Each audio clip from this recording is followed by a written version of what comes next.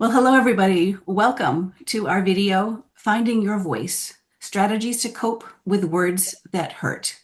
We're delighted that you could join us today. We are the Brain Injury Advisory Council of the Brain Injury Association of America. We are all brain injury survivors who individually and collectively are advocates, are educators, are mentors who are using our experiences as brain injury survivors to make the journey a little bit easier for other survivors. We wanted to start by introducing ourselves briefly. I am Carol Starr. I am one of the co-leaders of this council, and I have been living with brain injury for 25 years. I'm going to ask Kelly, my other co-leader, to introduce herself. Thank you. I'm Kelly Lang. I live in Northern Virginia, and I am both a caregiver and survivor of brain injury, and just passed our 23-year anniversary. All right, go ahead, Paul? Paul. Yeah. My name is Paul Bosworth. I live in South Louisiana, Cajun country, and my accident was 17 years ago. And Shay. Hello, my name is Kaz O'Shea Marie, or Kaz or Shay. I live in Arizona and I have been living with brain injury since 2017. And Angela. Hey y'all, I'm Angela. I hail from Western North Carolina, where it's a brisk 33 degrees right now. So looking forward to this fireside chat. And my injury happened 16 years ago. Darcy.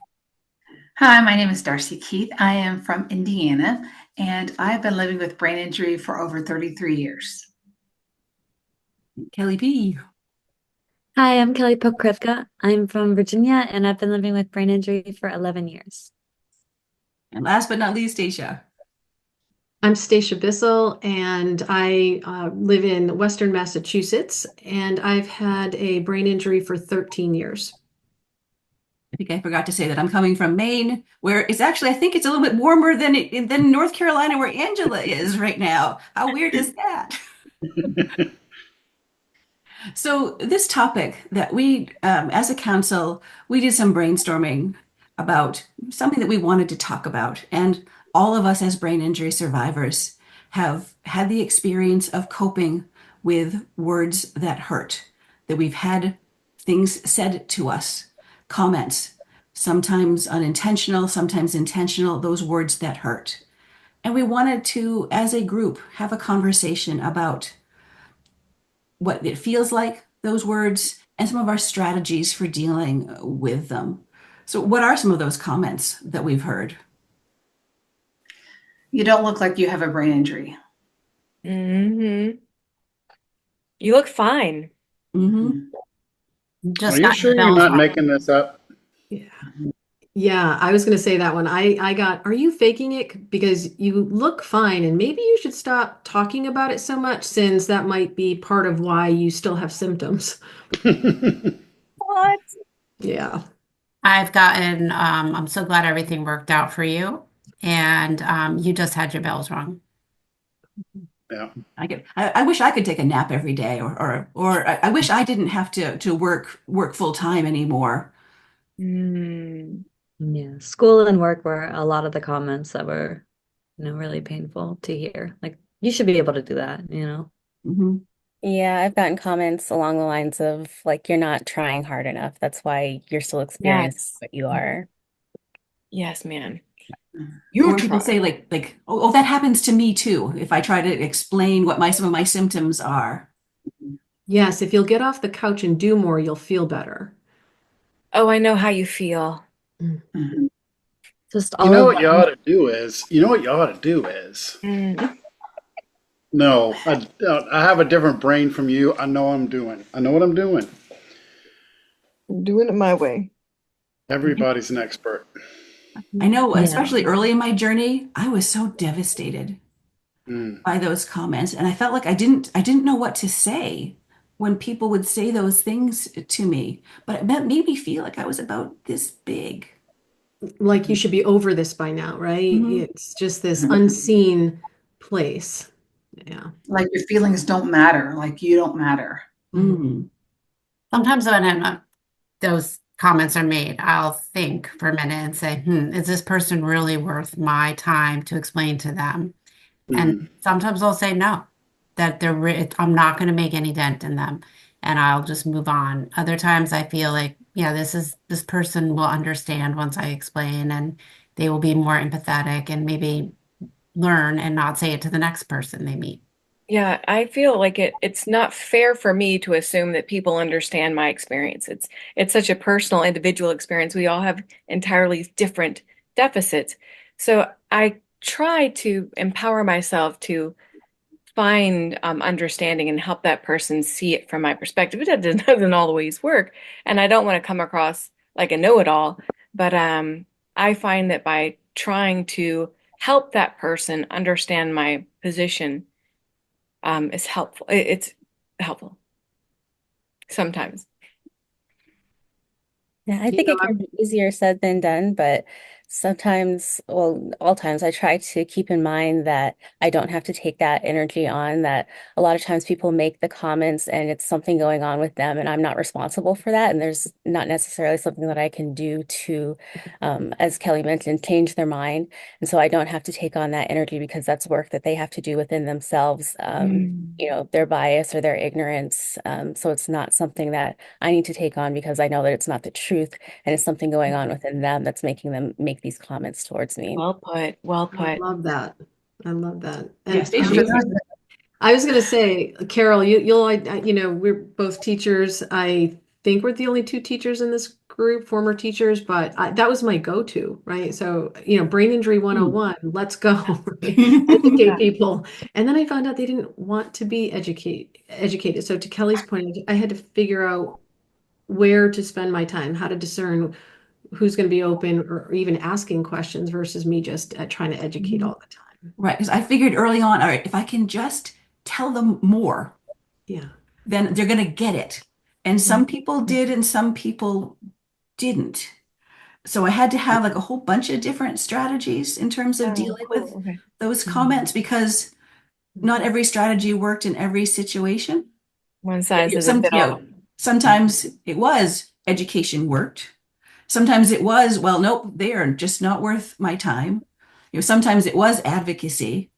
Um, and I have found that the more that I focused on me, on my own journey, on being okay with who I am now as a brain injury survivor, the less the comments bothered me. I still hear them, um, but they don't bother me so much anymore because I know who I am as a survivor. That what people say to me, they don't impact my self-esteem in the way that they used to. And it's not about the comments stopping, it's about me getting stronger in Ah, this self yes. that I am now. Here, here. One Yep. thing I want to mention, if I may, um, two, I had my brain injury in Washington, D.C., moved home to South Louisiana, and it took me a year and a half to find a neurologist to help with the symptoms.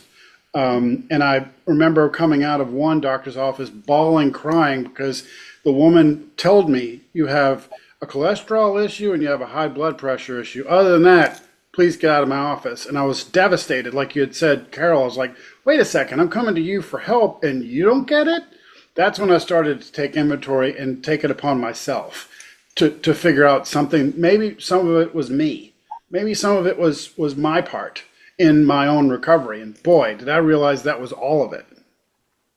Mhm. I think just hearing that other people also heard similar comments really helped Mhm. me cope and be able to, be strong enough to respond to them or just, ignore them at a certain point because I realized that so many people, like everyone in this room, heard very similar comments. It wasn't me. I wasn't, just not doing enough. It's just a very common thing Yes. that happens through Yeah. any type of trauma or, like bad streak. And I think that really helped just hearing that I'm not alone and these people, it's not tailored to me. Like all of these comments aren't about Mhm. me. Not my fault. Yeah. Mhm. And I mean, it's amazing how we are all across the country. But I mean, I think that probably every comment that each of us brought up, that each of us has heard some variation of, Right. I would imagine the people watching this video are going, yeah, yeah, I've heard that. I've heard that, that they are so similar, those things that we hear.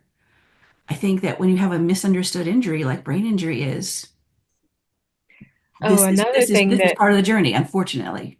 Another comment that hurts my feelings, and I still get every now and then, is, I can't believe you don't remember that. My wedding, my first wedding. I don't remember. Oh. There are some really major life moments that I can't recall. And people say, I can't believe you don't remember that. It really breaks my heart every time I hear that. Now, for those of us who have frontal injuries where our emotions are kept and where we may be impulsive, it's important when we hear comments like that not to get emotional up front, but just take a break, take a breather, take a breath. So that way you can gather yourself. And like Shay had mentioned, it's not about you, it's about them. And don't take on that energy. So just it's hard to control the frontal lobe, but just from an emotional standpoint, take a breath when you hear something like that. I love that, Darcy. And I know that there was a time when some of what I would do is hide after I got comments from those people in particular. And I would try to remember that the next time I saw those people to just be as diligent as I could, not to show any symptoms and really try to just hold it together for as long as I was there because I didn't know what my reaction was going to be other than that. Now I try to remember when I get to that point of, again, I'm hearing this or whatever. It's sort of what Shay was saying earlier about it's on their laps too, right? Their lives have changed also. Right, They've been right. inconvenienced in a way, and they almost need you back to the way you were so that they can be comfortable again. So they may, also say things like, no, really, you really do look fine. They're just trying to convince you Through their own willpower, they're- trying to get the old you back. Angela. I think Yeah. there's some of that going on. One thing I want to add is just because I have one nap and I feel good after the nap, that doesn't mean everything's fine. And that's really hard for people to understand. It's like they're fine for a couple hours, but I'm going to still revisit the extreme tiredness that comes with a concussion. I just am. And also to add, there's a lot of ignorance out there that people don't know how to respond to us. So I just have resorted to, I told you I had a brain injury, right? I did mention that. And they'll slowly catch on to realizing, oh, this comes with a brain injury. The stutters, the muscle jerks, all the other stuff. Yeah. There are That's some why I think, symptoms that can be seen. yes, and that's why I think like the survivor to survivor stuff is so important because we get each other and that we can say things almost like in a shorthand. I get tired, I forget things, and we know what those things are like, and there's a relief that comes, an understanding, and like Kelly P was saying, that not feeling alone, in all of the comments, and that is so important in terms of a way to kind of inoculate ourselves against Oh, them, good way of putting it. That's interesting. Yeah. It's by almost having a healing. community of other survivors. I think one It's of the really hardest is when you are have a medical professional who Yes. questions Mm. or who doesn't really question the diagnosis, but just is kind of like, "Ah, look how good you're doing, or Mm. you're just fine, or I wish my kids would do that, For a long time, that was really hard for me, but now I just cut off my relationship with them. I just Yeah, that doctor doesn't need to be in my sphere. I'm a You do. customer. I'm a Yeah. customer, and I will search high and low, and trust me, I do. For the doctors that will be empathetic, who will be understanding, who will understand the symptoms, and even though the symptoms might not be there that particular day at that particular time, usually because we usually arrange appointments to work with our schedules when we're at our best. Um, that doesn't mean they don't exist. I think Kelly brings up a great point that if those people continue to negate what you're feeling, I have also decided to eliminate the relationships from It's my true. life that bring me down, and that's okay. Yeah. And that's something that's a good strategy. Not saying that's the first strategy; it might be the last one. But Yeah. there's a point where you have to, for your own mental health, say, you know what, this relationship is something that I can't continue in my life. So I think that was a very good point, Kelly. Thank you. Yeah. 100% agree with you on that. I think I was never good at saying no in the past, but this brain injury for me has allowed me to say not only no to things like I can't go out tonight because I'm headachy or too tired, but no to certain relationships. And at the same time, it's also allowed me the freedom in the room to say yes to new things. And that combination, I sometimes wonder if the brain injury hadn't occurred, if I would have gotten to that point of the a better balance between no and yes. True. Yeah, well put. Well put. Mhm. Also, these people that we're talking about, they could also be family and close friends that all of a sudden get Mhm. shocked and don't understand what's going on. And they're taking their best effort to try and motivate you or motivate the next, that person they're speaking to who's a survivor, and it ends up being hurtful. I don't think it starts off that way, but on the back end, we're taking it as, oh, please stop talking, please. So our audience, we invite y'all that if you find any relevance and connection to this, share this video. Let us be the bad guys. Share this video with those who are um, worst in our lives, and let them hear from a third party that what you're saying is not appropriate, that it hurts people's feelings. That's how this video can be powerful. Mhm. And I think sometimes, And like nice. as somebody said, sometimes our families, they don't know at first because they're on their own journey. Walking on And eggshells, they are, yeah. yes, and they are working their way through their own feelings about what's happened to us. And they don't know at first about what is hurtful to us. And sometimes we have to give them grace to get to work through their own journey. And there's a limit. If somebody continues to say those hurtful things despite them knowing, the impact on us. So there's a line there, which can be really difficult, especially when it comes to family and close friends. That's a great point, Carol, because our family members have also experienced a loss because Mhm. we're different. And they Yes, want that the person they knew before to come back. And so even though we haven't died, right. there's an ambiguous loss that can't be, there's no closure. Not that I believe there's closure even in death, but um, there's they have to deal with those feelings of, well, what do I do now with this person? Before they could do A, B, and C, and now they can only do D, E, and F. Um, so, but also we have to learn to protect ourselves, but by not putting up a wall either. Right. By building our own newer community or a different community. It's really not newer, it's just a different community of those we can share these experiences with. And maybe we can't share them with everyone, but at least we have this community of other people who've been through these types of things. And like we That's say, right, y'all. no brain injury is alike. They're all different, but That's right. yet so much of our experiences are similar. And I think it also helps to kind of along those lines recognize how much control you actually have in these situations because I think with a brain injury, it can feel like so much of the experience is outside of our control. And even when people make these comments, it kind of feels like something is happening to us and we may Yeah. not know how to respond because it feels like, again, that control is kind of being taken away from us. But just like you said, we can either explain to them or choose to walk away or even cease that relationship. So I think recognizing that as a survivor, you do have that control to make the decision for yourself about what's going to be best for you. I think that's such a good point about control, and I call it power, about finding where our power is in a situation, that we are not completely powerless. I think it feels like that, especially early on, because we get this barrage of comments, that comes at us, and it feels Mm-hmm. overwhelming and devastating. But ultimately, we do have a Yes. power, like you said, to walk away, to not engage, to advocate, to educate, or to say, nope, not today. To Um, find our own new peer group, right? yes, exactly. Of understanding. Any of those are absolutely 100% valid, effective strategies. And like I think one of the things that's really come out of this is it depends on the situation. It depends on the person.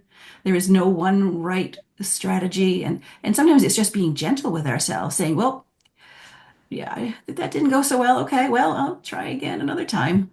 Because I know I didn't feel like good at any of this at first. And sometimes it's like, well, and that's okay because we all have bad brain days. Um, Hilda.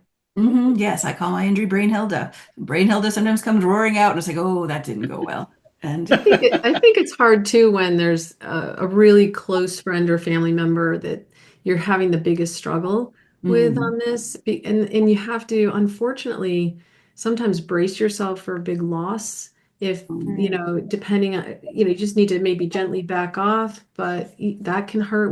Brain injury survivors have had already a lot of loss, Mm. and this can be the reason for more loss. And Yeah. yes, Shay, it's in our power to make that decision, but then we're signing ourselves up for more loss on this. So I guess my message here is just to brace yourself a little bit too, that sometimes you may lose some significant relationships because of it. mhm.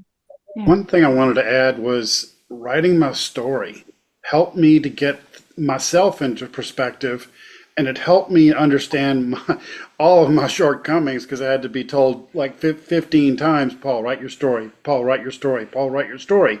And after I got finished with it 6 months later, I'm like, now I understand what I have. Now I understand what I could do, what I might be able to do. And it put things into perspective because the whole time I'm going to doctor after doctor after doctor, nobody's explaining to me what I've got other than a brain injury, which scares the daylights out of people when I say that. Let me write this down and get this segmented some kind of way. That was really helpful. Helped me put it down on paper and see my brain injury. Mhm. Yeah, the more we Kelly, understand, oh, go ahead, Darcy. I said, Kelly P, do you have something you want to add to that? Yeah, I think just along with all of this, if there's people who are worth it, being completely vulnerable is our power. And Mm, Ah, explaining exactly why those comments hurt can actually be really helpful. So, for here, example, here. if you get to the root of it, like why are all of these unsolicited diets or programs or not dwelling on it? Why does that hurt me? And I think it's because I'm doing so much work all the time and hearing those comments make it feel like you don't think I'm trying hard enough. You don't think what I'm doing is correct. When I'm working with my doctors, my, whatever team I have on board, this is the plan that I think is right for me. And hearing those comments and additional suggestions just feel like you don't think I'm working hard enough at my recovery. So mm, get to the root of why those issues hurt, and if they're worth it, mm, share that with them and see if that makes any changes. mhm. Right, because it's unlikely that's really what they're saying, but that's the impact. And Exactly. I think that could like really shock somebody, like, whoa. Agreed. Yeah, and I think that vulnerable, that's a great word. Yeah. Mhm. You can blame it on I don't have a filter anymore. I'm just gonna just gonna I've say. used that before. Oh, I don't have it. Yeah. Yeah. I heard them last night. My daughter, she mentioned on something she's blunt. I said, I get it. I am very blunt. She's like, yes, you are, Mom. So, no, so I had to, yeah, anyway. So I think we've had a lovely wide-ranging discussion about this topic that affects all of us as brain injury survivors. So I hope you've taken some insight, some strategies, and most importantly, some feeling that you're not alone in dealing with this. So thank you for watching, and we'll see you in the next time we do a video.